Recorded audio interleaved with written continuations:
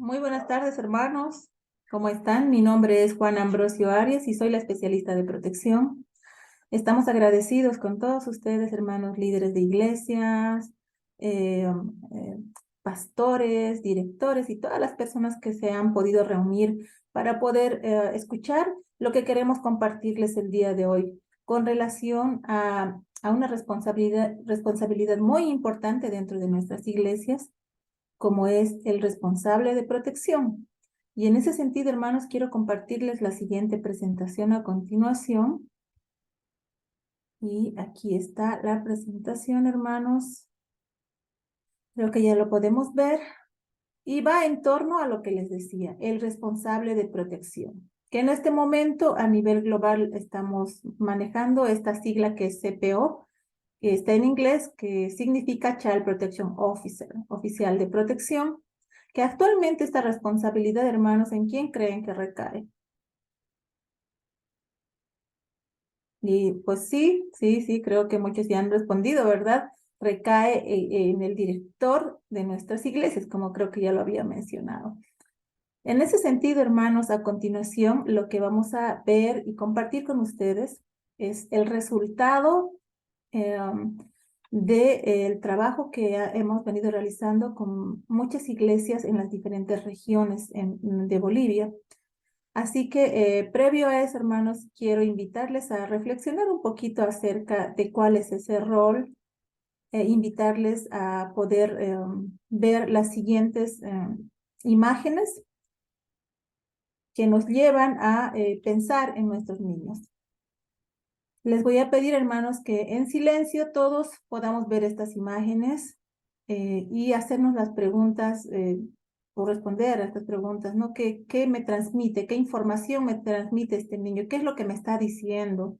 ¿Qué dice su mirada? ¿Qué situación estará viviendo? ¿Qué es lo que ustedes piensan, hermanos? ¿Y qué es lo que sienten ustedes al ver cada una de estas imágenes? Entonces, en silencio, hermanos, vamos a ir mirando cada fotito y haciéndonos estas preguntas, ¿no?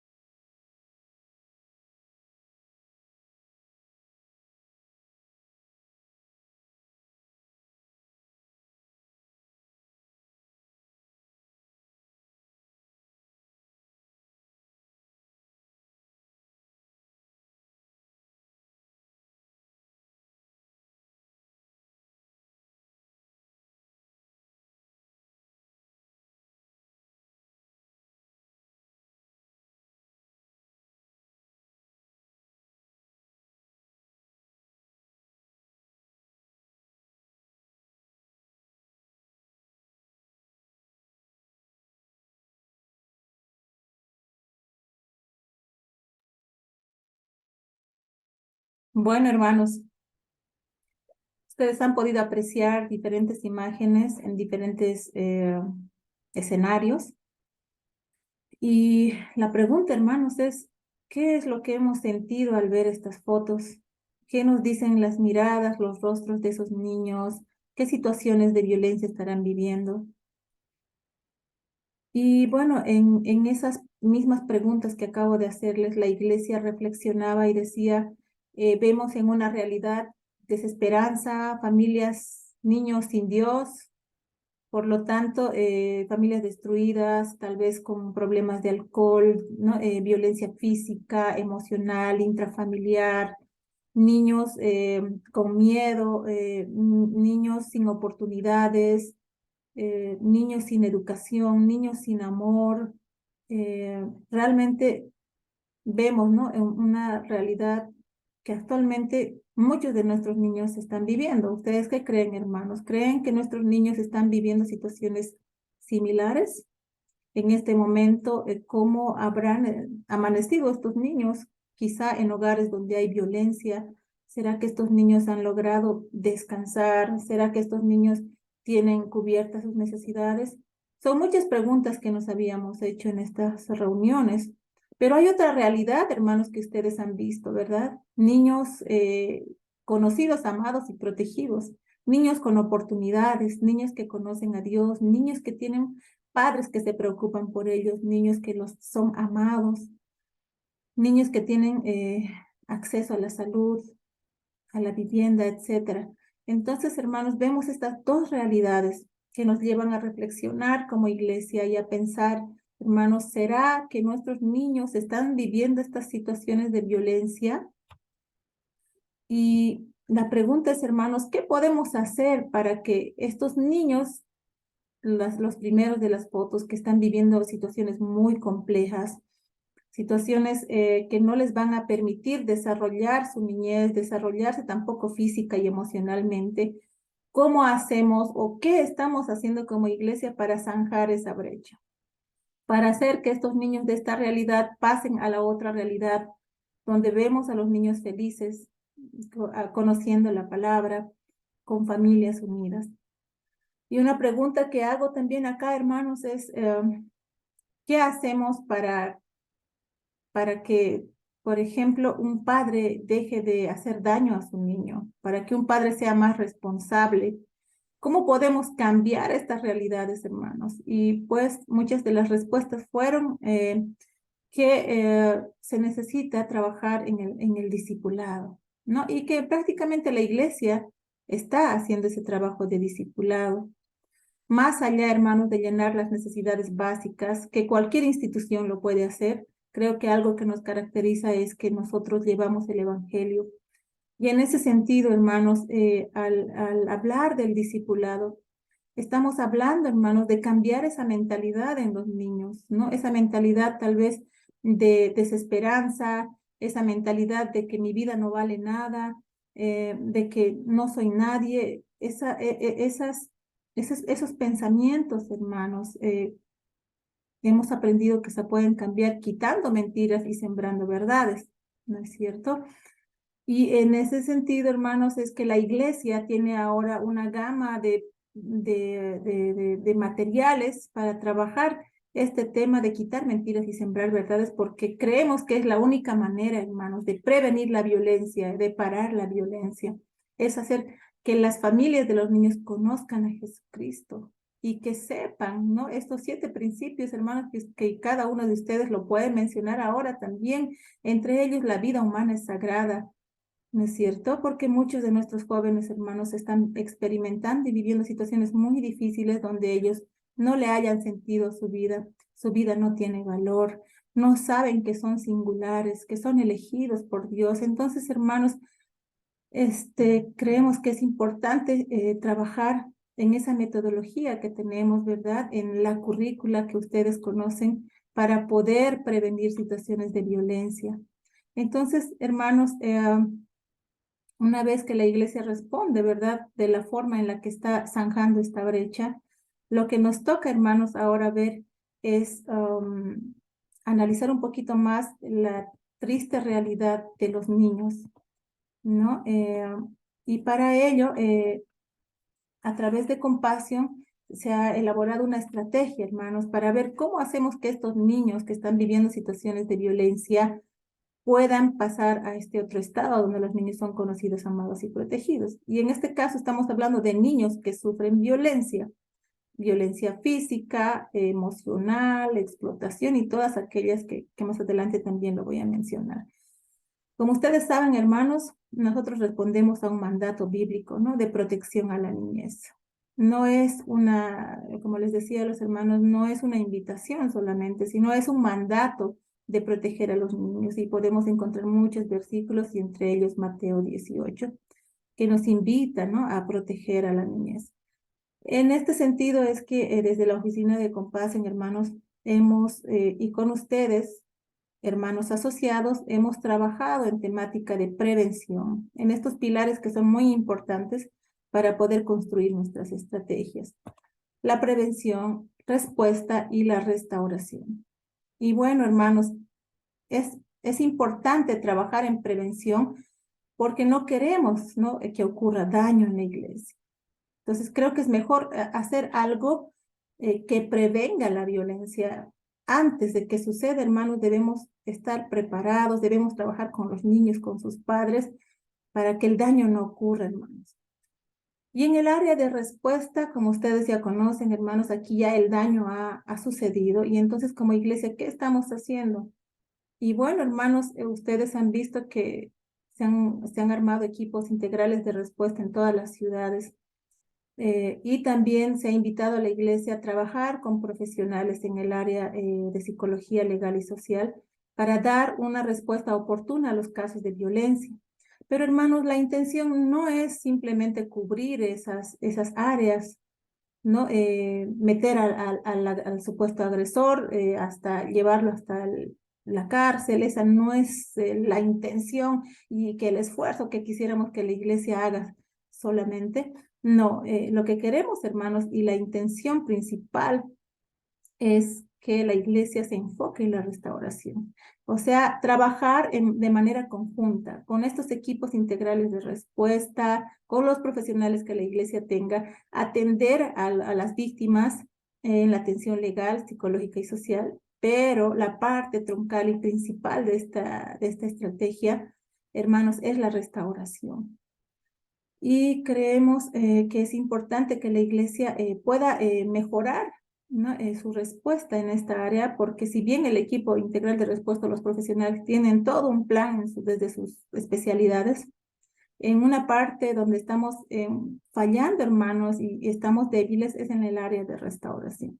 Creemos que en el área de restauración la iglesia debe poner todos sus esfuerzos para que las víctimas, las niñas, los niños, incluso las mamás de los niños que han sufrido situaciones de violencia, puedan recuperarse, puedan conocer en esa situación tan difícil que están pasando, puedan acercarse más al Señor. Creemos que esto puede ser una oportunidad para la iglesia de llevarlos al Señor, ¿no? Y hacer que estos niños, sobre todo los niños, nuestros participantes, los niños, tengan la oportunidad de renovarse, de sentirse que son amados, de saber que son elegidos y que tienen un plan, un propósito.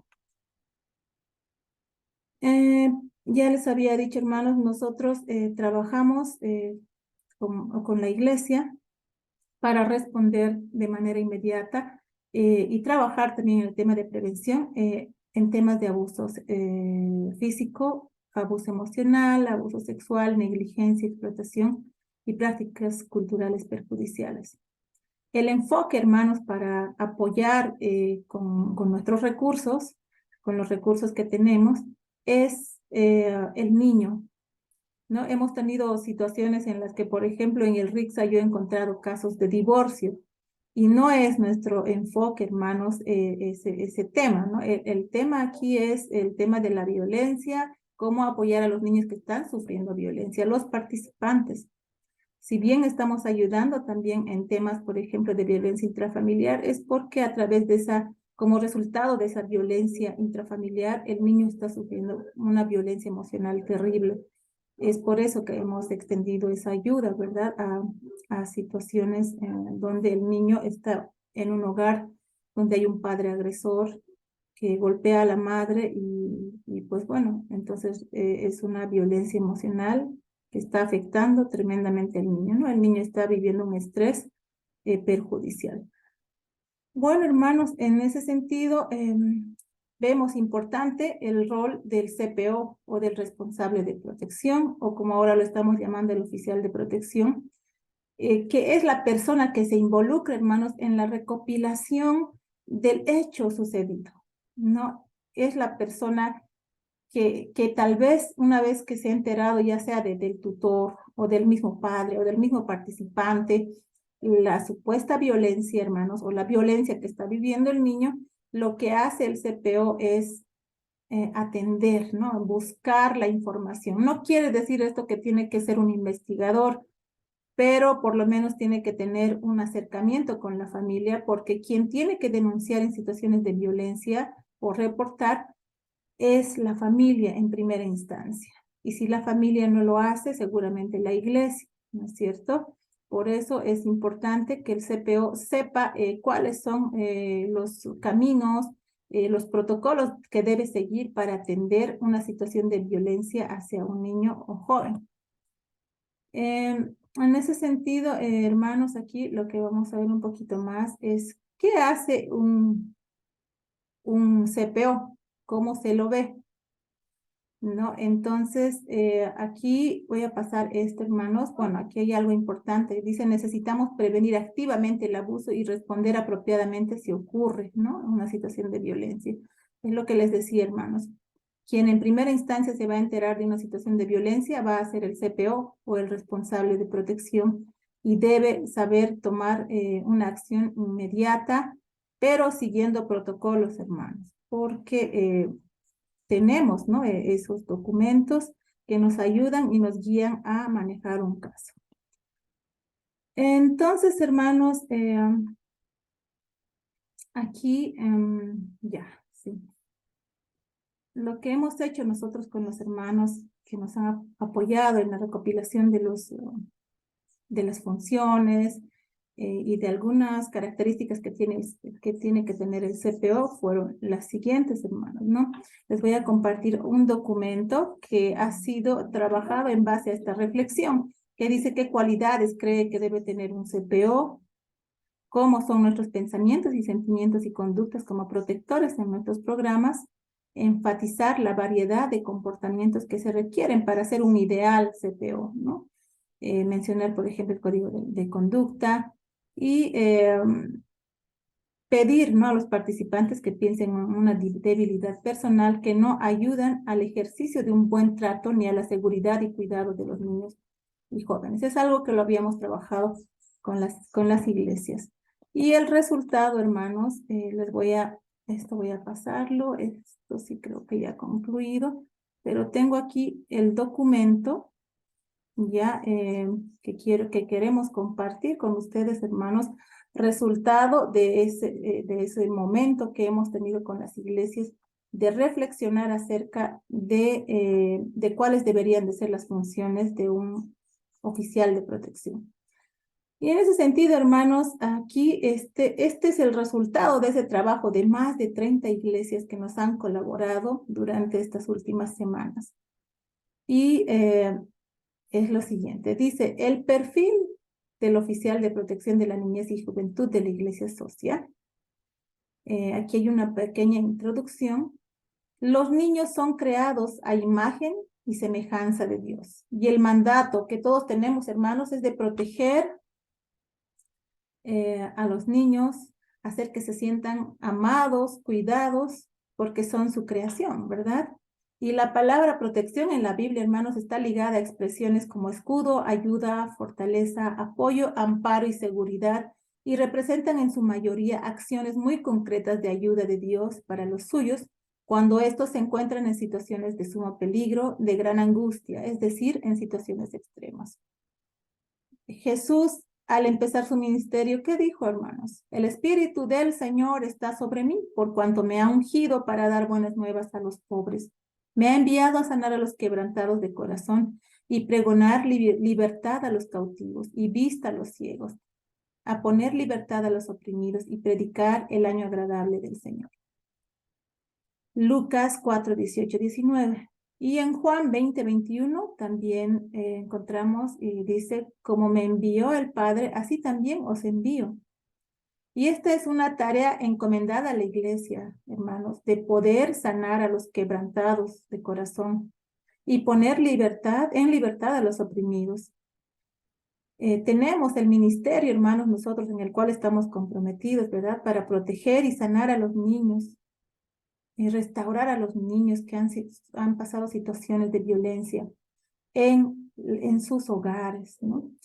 Es así que en base, hermanos, como les decía, esta consulta con todas estas iglesias en las diferentes ciudades y tomando en cuenta estándares corporativos de compasión, se ha logrado construir el perfil del oficial de protección de la niñez y juventud, que ahora, hermanos, los ponemos en conocimiento de todos ustedes y a disposición de la iglesia como un documento de referencia para la selección del CPO, del Child Protection Officer o del oficial de protección. Entonces, también les había aclarado a los hermanos en las diferentes regiones, hermanos, que este documento es una herramienta más para todos ustedes, que ustedes pueden tomarlo para medirse y saber si realmente el responsable de protección debería o no de tener estas características. Sin embargo, hermanos, una vez más, les comparto, ¿no?, que en las reflexiones que hicimos en las diferentes ciudades, la iglesia ha manifestado que es necesario que en cada iglesia haya una persona encargada estrictamente del área de protección por las múltiples tareas que tiene el director, ¿no? Que prácticamente en muchos de los casos no les ha dado el tiempo de poder dar el apoyo como la iglesia hubiera querido a un caso de protección. Porque ustedes, si piensan, hermanos, los casos de protección necesitan y ameritan de una persona que pueda, ¿no?, dedicar un poco más de tiempo en el acompañamiento y el seguimiento de los casos, porque demanda, ¿no?, de que la persona, en este caso el responsable de protección, pueda en muchos de los casos acompañar a la familia del niño ante estas instancias, ya sea la defensoría, el Ministerio Público, la policía, y a veces eso quita mucho tiempo, ¿verdad? Es lo que la iglesia reflexionaba y decía, realmente necesitamos una persona que se haga cargo del área de protección. Y en ese sentido es que reflexionando con las iglesias, habíamos pensado y se ha plasmado los siguientes requisitos para el CPO. Uno, en común acuerdo decían que debería de ser mayor de edad. Aquí muchas personas, muchos hermanos habían puesto que sea de 30 años para arriba. Finalmente, la mayoría de los hermanos dijeron que debería de ser mayor de edad, ¿no? Mayor de 18 años. Que tenga pasión y compromiso por la protección a la niñez, experiencia y conocimientos básicos en temáticas de protección a la niñez, indispensable. Profesional en el área legal, psicológica y trabajo social. Esto deseable, ¿no? Que no siempre pueda cumplir con estos requisitos, ¿no? El número 3 creo que sí está como indispensable, hermanos, que tenga conocimientos básicos, ¿no?, en temática de protección. Pero el 4 es deseable. El 5 dice debe tener tiempo y amor a los niños. Conocimiento y experiencia en el Código Niño y Adolescente y otras normativas legales relacionadas. 7, una persona sin antecedentes policiales y de buen testimonio con la iglesia. 8, disposición para uso de tecnología, sistemas de reportes. 9, capacidad de relacionamiento con las personas e instituciones en temas de niñez. Y 10, carta de recomendación por parte del liderazgo de la iglesia, ¿no? Esos son los requisitos que la iglesia había manifestado. Yo lo que he hecho, mi persona como especialista, es sistematizar toda la información de nuestros hermanos asociados. En las funciones del CPO señalaron, bueno, pero antes aquí quiero leer esto. Un oficial de protección de la iglesia será el promotor de la protección de la niñez y juventud, brindando constante soporte en todo lo referente a la prevención, respuesta y restauración del niño y o joven que haya sufrido violencia, siendo el contacto directo sobre o entre la Iglesia y Compasión para los casos referentes a protección. Es importante, hermanos, destacar que todo el personal tiene la responsabilidad de proteger a los niños, o sea, no es solo el rol del CPO, todos somos responsables de la protección al niño y del peligro.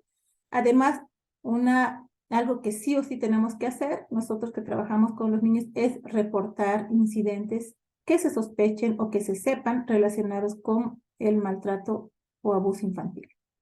Y a continuación, detallamos las funciones que están distribuidas en las tres áreas que había mencionado anteriormente: prevención, respuesta y restauración.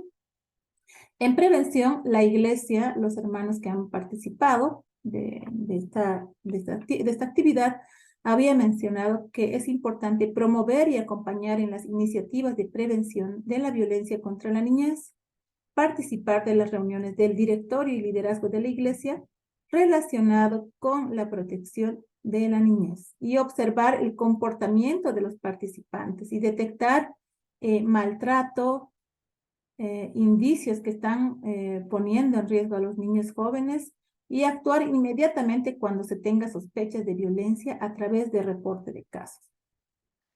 Y en respuesta, conocer y activar el protocolo de atención cuando haya un caso de violencia a través del sistema Resolver.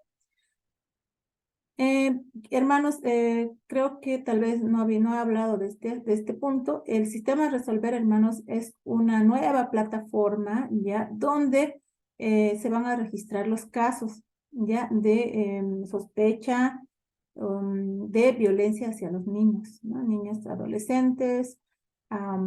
Y en este caso, hermanos, el sistema lo que va a hacer es abrir, como alguien decía, las puertas, porque cualquier persona va a poder reportar. Por ejemplo, los participantes van a poder reportar en este nuevo sistema los padres de familia o algún miembro de la iglesia o cualquier persona que ve que alguno de los niños está sufriendo alguna situación de violencia. Entonces, hermanos, por eso también nace, ¿no?, la preocupación de que sí o sí debe haber una persona, o debería, ¿no?, de haber una persona que esté encargada del área de protección, porque estimamos que con este nuevo sistema los casos se van a incrementar. Bueno, entonces, en respuesta, aquí la iglesia había puesto, ¿no?, que esta persona debe conocer y saber manejar los protocolos de atención cuando haya un caso de violencia y reportarlos inmediatamente en el sistema Resolver, delegando además y gestionando el caso con el equipo integral de respuesta. El equipo integral de respuesta son profesionales, como les decía, externos que han decidido brindar sus servicios a las iglesias, ¿no? Están compuestas por un abogado, trabajador social y una psicóloga o psicólogo. Y además que también la iglesia tiene la libertad, obviamente, de poder contratar a los profesionales y miembros que ellos decidan, ¿no?, y que corresponda. Otro punto es el acompañamiento a la víctima en todo momento que sea necesario a través de llamadas, visitas. Elaborar un plan de protección coordinando con el director, el pastor de la iglesia y la especialista de protección en casos de alerta roja y asegurarse de su cumplimiento. Otro es brindar información sobre los casos que tiene registrados a solicitud del director. También los líderes de la iglesia pueden pedir esta información o la especialista de protección de Compasión, cuidando los términos de confidencialidad. Finalmente, tenemos el área del pilar de restauración y acá lo que queremos o la que la iglesia, ¿no?, ha sugerido es que debe pasar y aplicar los cuidados iniciales después del trauma cuando sea necesario y dar seguimiento al plan de acción de cada caso hasta la restauración del niño o joven. ¿Y de quiénes recibe apoyo y coordinación? El CPO responderá de manera directa al liderazgo de la iglesia, al comité o al directorio. Y podrá tener coordinación con el director de la iglesia y el facilitador de sociedad y la especialista de protección de Compasión cuando sea necesario. Finalmente, hermanos, la protección a la niñez y juventud es una respuesta al mandato de Cristo de cuidar y proteger a sus hijos más pequeños. Las políticas de protección de compasión internacional, hermanos, establecen que se tiene cero tolerancia al maltrato infantil. Bueno, hermanos, ese es el documento que ahora ustedes ya conocen y se va a poner a disposición de todos ustedes. Lo que queremos, hermanos, es invitarles a ustedes a poder reflexionar si hay la necesidad, hermanos, en la iglesia de buscar una persona que se haga responsable del área de protección y quitarle la carga o aminorar también en todo caso esta carga, esta responsabilidad al director. Y esto no implica que el director levante las manos, sino, como dice en el documento o en lo que acabo de leer, que debe ser un trabajo coordinado con el director. Comentarles que en la ciudad de Sucre, por ejemplo, en uno de los proyectos, justo en esta conversación que tuvimos, la iglesia ese momento decidió nombrar a alguien del liderazgo como responsable de la protección y que justamente ella había sido abogada, ¿no? Y tiene esa pasión por la justicia y los niños. En la ciudad de La Paz, que lo había comentado también con otros hermanos, en esa misma reunión, uno de los pastores de la ciudad de La Paz dijo que van a contratar como iglesia a una persona que se haga cargo del área de protección. Ahora, hermanos, ahora está en sus manos ustedes decidir, hermanos, quién podría ser esa persona responsable de la protección. ¿Será que debe seguir siendo el director? ¿Será que podemos buscar a otra persona que tenga un poco más de tiempo? ¿Será que lo vamos a contratar? ¿O será que ha de ser un voluntario? Muchas de las iglesias decían, podemos poner a un voluntario, pero también la iglesia decía, un voluntario no va a rendir como una persona que está trabajando, ¿no? En la organización, porque las exigencias, ¿no? Que se le va a dar a este responsable. Entonces, hermanos, tenemos un plazo para poder dar esta respuesta y es hasta fines del mes de marzo, ¿no? Tenemos que enviar las listas de nuestros responsables de protección. Si ustedes consideran que el director puede llevar adelante estas funciones ¿no? y estas sugerencias de requisitos, hermanos, ustedes está en sus manos. Queremos que ustedes nos compartan y nos digan quién será la persona responsable de seguir apoyándonos en el tema de protección, sobre todo con esto que se viene con Resolver, ¿no? Con este nuevo sistema de reportes. Hermanos, gracias por escucharme, gracias por este tiempo. Les mando un abrazo y Dios mediante, pues estaremos reuniéndonos también, ya sea por Zoom o por otras plataformas, para poder despejar dudas. Bendiciones, hermanos.